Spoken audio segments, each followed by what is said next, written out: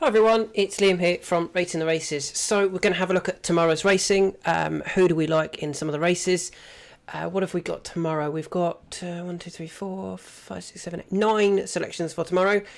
Starting off in the 1:30 at Newmarket, and can't get away from the shortish price favourite here, Min Huna. I think Min Huna is just massively progressive. If we just load up the odds as well. Let's go to... I think she's massively progressive. I thought last time out she stepped up to 1 mile and 2 on the turf. She beat Cheshire Dancer comfortably going away. Yeah, she's gone up £8 for that. But I kind of feel that she even beat the right horses. So that's something I always look at when horses go up in the handicap having won a race. Who did they beat? If they beat the 33-1 outsider and then a 25-1 shot, you kind of question the form of the race. But actually, Min Huna was beating the favourite, the 9-4 favourite. Then it was the 7-1 in third, the 4-1 in fourth, the 11-2, and the outsiders were the back four. So I think the form of that race will work out well anyway. And yeah, I think she really beat the right horse in Cheshire Dancer. Cheshire Dancer had shown some really good form, including running well at Goodwood previously, at Ascot previously, and then even subsequently tried running off a £3 higher mark in another race, another Phillies handicap. Still went off the 9-4 favourite. Okay, disappointed that day, but the fact that horse went up 3, still went off favourite, I think it just demonstrates that they really, as I do, I really believe that form will work out quite nicely in the end. And Min Huna was a very impressive winner at Sandown. They come to Newmarket. William Buick's on board. We know William rides the track well. I've got no issues with the horse whatsoever, to be honest. I think she's going to progress into a really nice sort. And she is currently available at, she was 3s. Yeah, she's still available at 3s. And I kind of feel that she's the most progressive in the race. And, it's the right favourite. And it wouldn't totally surprise me if she went off shorter than that even. Because she does look very, very progressive. Moving on to the 150 Ascot. Who do I like here? It's Relief Rally. I don't know if my screen's just gone black for you as well. Relief Rally. Let's load up the odds for this. I'm a big, big fan of Relief Rally. I think she is quality. I would have been a little bit more confident if it had been... if it had been over 6 furlongs. It's not, it's over 5.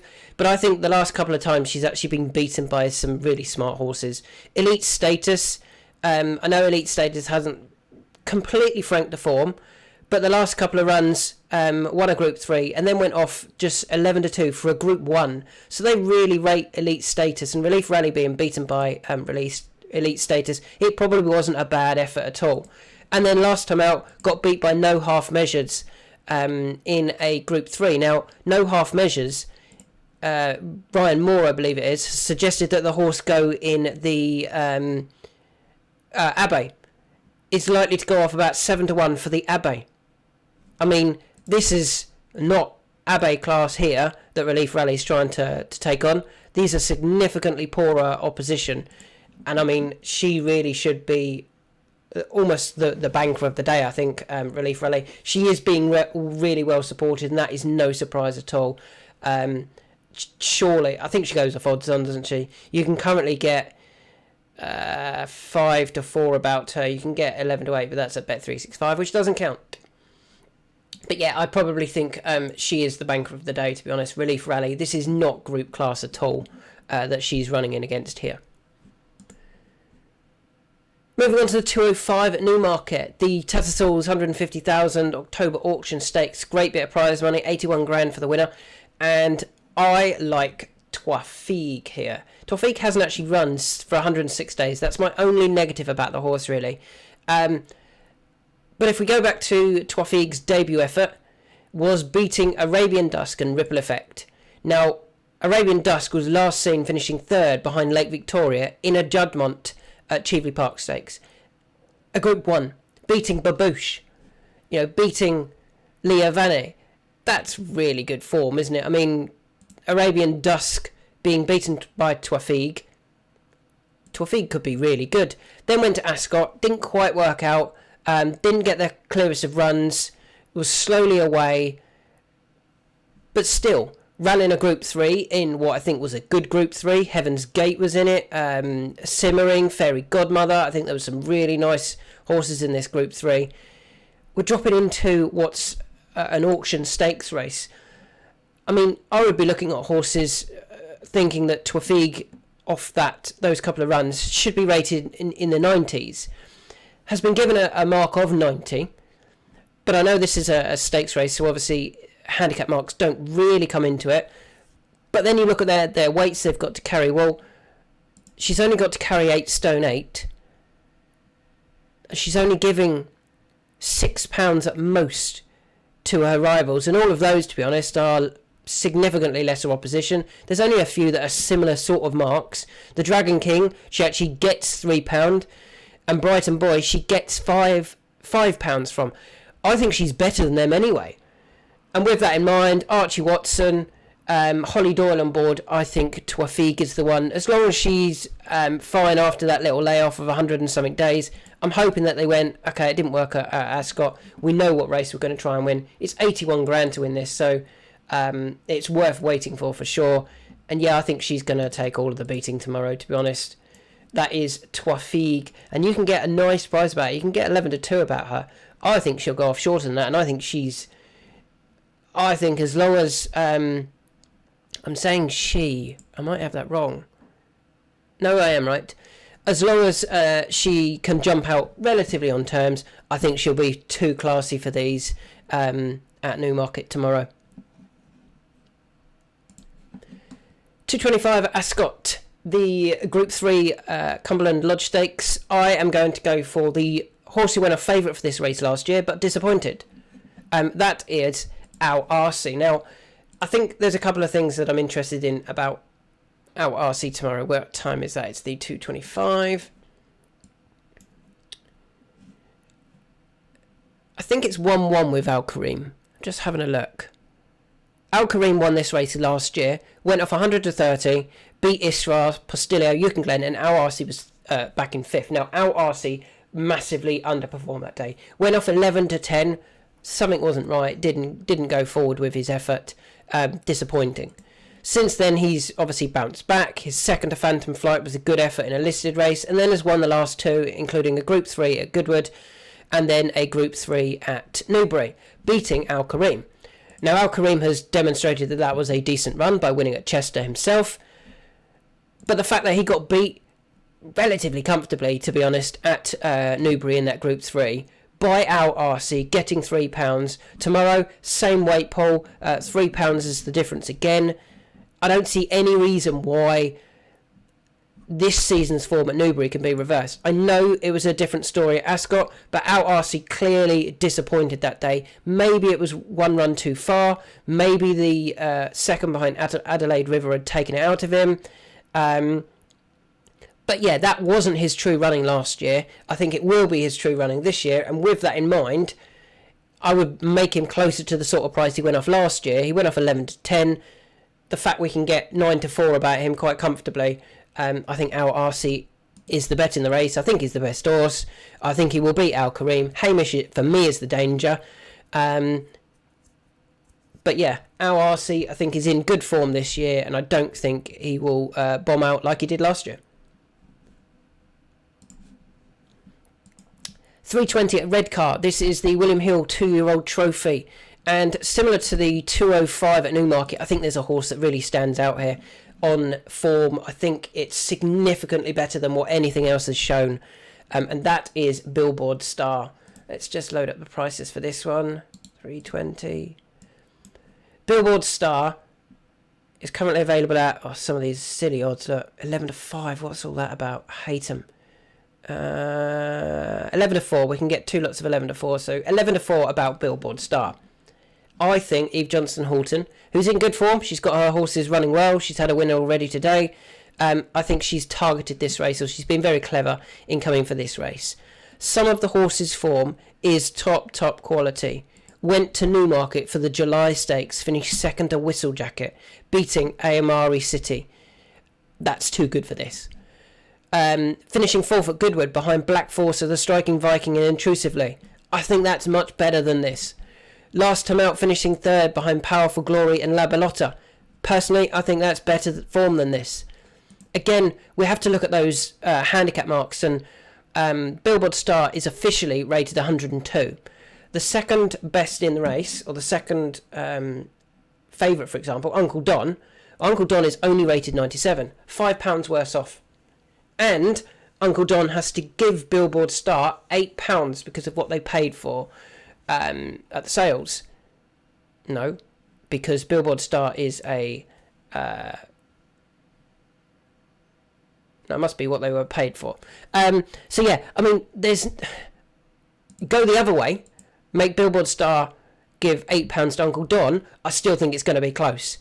But the fact that Billboard Star is getting the £8, I'm just counting that in my head. 1, 2, 3. Yes, £7, sorry. Bad math. Sorry. £7. Yeah, I think Billboard Star is going to be too good here.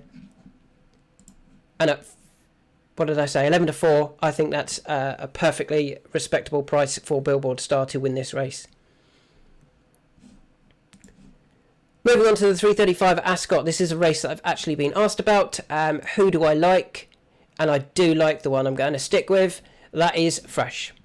Now, Fresh is a horse, you know, if you listen to my videos. I really like the horse at Ascot. I really like the horse at Ascot. Over 6 and 7. Last time out, 1 at 6. Beating Takarib Bay and Rohan. I think both of those were just incredibly well handicapped. And yet Fresh was still too good. Fresh is third behind Northern Express and New Image. I thought was a very good effort as well. Didn't get the clearest of runs. Yes, this is slightly harder than the last couple of runs at Ascot, but he's going to get that strong pace to run at. He's going to be weighted with. He only went up £2 for his last time out effort when winning. I think off 95 he can still go very, very close in a race like this. And I see no reason for him not to go really close here, to be honest.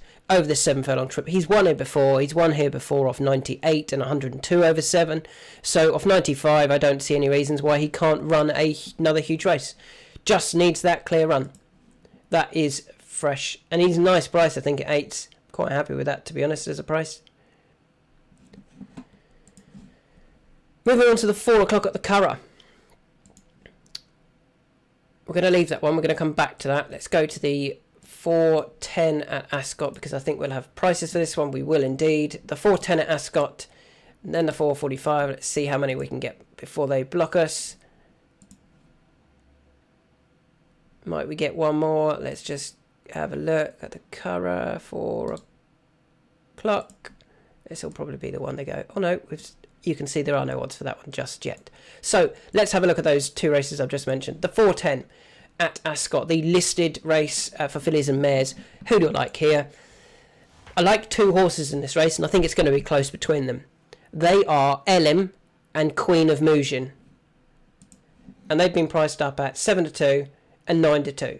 But I do think Elim is going to beat Queen of Moujin this time. So Elim and Queen of Moujin, or Moujan, ran at York 2 runs ago over 7 furlongs in a listed handicap, a heritage handicap.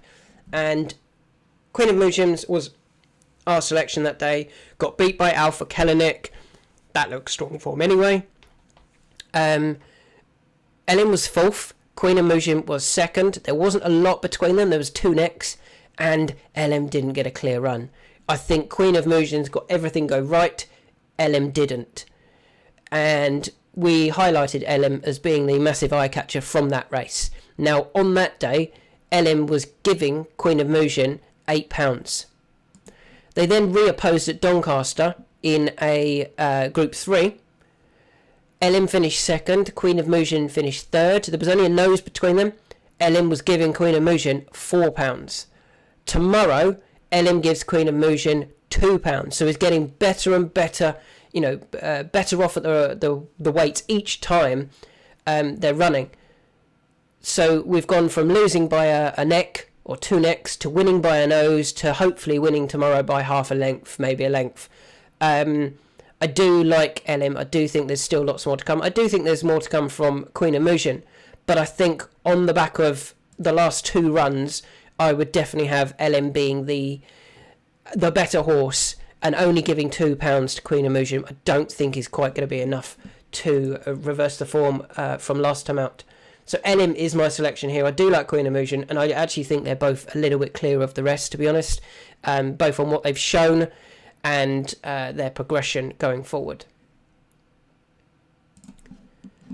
Next race at Ascot we're going to look at is the 4:45, where we are going to go for Badry. We're going to take on Vintage Clarets. That is a dangerous proposition for me, but I'm going to do it. And I'm going to go for Badry on a couple of reasons. The horse has dropped now to a mark of 87, which I think is really crazy for a horse that was winning this race last year off a mark of 100. Okay, Ryan took 3 off, so we say the horse is running off 97. That means Badry is still running off a £10 lower mark. On that day, Wolverhampton finished second off 84, and Wolverhampton, for example, tomorrow runs off 92. So that horse is up 8. Badry is down 10. There's an £18 swing for that effort. So I wouldn't be suggesting that Wolverhampton can reverse the form with Badry. Even from last time out, they ran at Ascot. Badry finished 4th. Wolverhampton was winning it. Badry was running off a mark of 90, is down 3 to 87, so there's £3 there. And Wolverhampton is up 4, so that's £7 swing. And if you actually watch the race, Wolverhampton was able to come down the near side. Brooklyn 9-9 left it late, but also came down the near side. Badry, under Richard Kingscote, kind of had to sit out in the middle. And whilst Faustus held on under Mia Nichols, the fact that Faustus had got the gap already, that meant Badry couldn't run him down because he was just too far behind, and they went down the wrong part of the track. Tomorrow, Badry's going to be ridden by Danny Tuthope. Hopefully he can sit right on this near side rail and wait as long as possible and then burst through down the near side. If he sticks to this near side rail, I think he's going to go really close tomorrow. And they currently opened Badry up at 9s, and I kind of feel that that's a decent price about him. I mean, he went off for this race last year off that 100 mark, 17 to 2, so slightly shorter than what he might go off tomorrow, off a significantly higher mark. And his form at Ascot, as I said, hasn't been bad. He was 9th in a feature handicap, beating 3 lengths off 96, so a £9 higher mark. He was 5th, but beaten 4 lengths by Holcomb Bay in the Shergar Cup Dash, but that came off 92, and Marie Vellon was on that day. You kind of have to always question that handicap form, the Shergar Cup Dash form, but again, that still came off 92. We've dropped another £5 since then. I don't think that race was that bad either. The favourite went on to win that race. So yeah, I'm really keen on Badry tomorrow to bounce back in the race that he won last year. Similar price, but significantly lower in the handicap. And the final horse that I want to talk about is in the 4 o'clock at the Curragh. We're going to stick with one of our selections. Hope he gets a clear run and hope he comes down the right part of the track. And that is Greek Flower. This Greek Flower looked very progressive at the beginning of the season, when finishing second behind the likes of She's Quality, Amazon Lady, and then Big Gossie. Then went to the Curragh for the Bold Lad Sprint and got beat 2.5 lengths in a race that I think, with a clear run and in the right part of the track, Greek Flower would have gone very close to winning that. Last time out, I don't think was quite in the right place either.